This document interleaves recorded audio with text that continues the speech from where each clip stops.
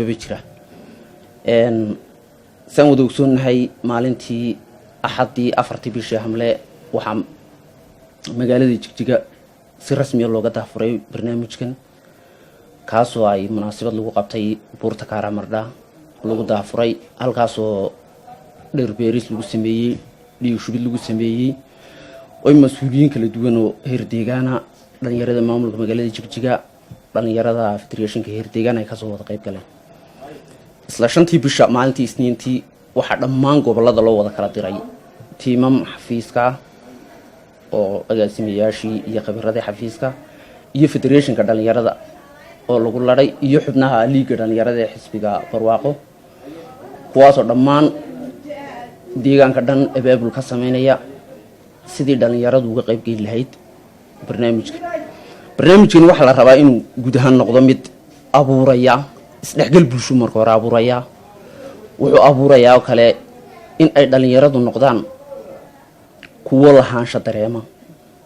oo bulshada xitaa lafteeda ka qayb gal ballaaran yeesha adeegyadan la qabanayo waxa la rabaa inay ka faa'iideystaan oo ay adeegga la qabtay uu taabto oo faa'iido u noqdo bulshada gaaraysa ilaa 3 milyan oo qof inuu guud ahaan dadka ka faa'iideysan noqdaan tusaale ahaan wadadii la nadiifiyay ama wadadii jajabtay la buuxiyay ee daadasha ay dadku ka talaabay dad intii laga ka talaabay guud ahaan kolka waxaan qaadanay qorshe ah inay 3 milyan oo qof ka faa'iideystayaal noqdaan iyadoo xoogaa dhalinyarada wax shaqooyinka lagu qabanaya ay safe gareynayaan ama ay kharashkii ku bixi lahaa 30 milyan kharash gaaraya xoog ku bixi lahaa oo shaqo ah inay xooga dhalinyarta lagu safe gareeyo si guud markaan u sheegno dhammaan gobolada way ka wada socdaan ha ugu badnaadaan gobolka Doolo iyo gobolka Jarar ha ugu badnaadaan degmooyinkooda ilaa imika laga furay laakiin si guud deegaanka uu ka wada bilaabmay barnaamijku waxa uu soconaya barnaamijkan muddo 3 bilood bisha Naxaase Hamle iyo Maskaram sodonkeeda in la soo gabagabeeyo ayaa la rajeynayaa hadii la yiraahdo oo kadibna dhalinyaradii shaqooyinka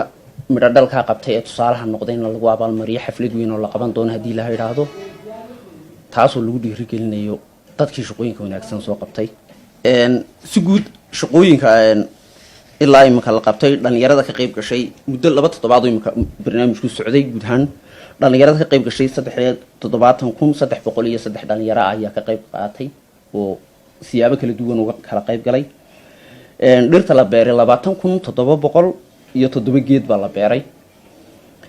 dhiiga la shubay dhalinyaradu ama dadkay soo abaabuleen ay ku tabaruceen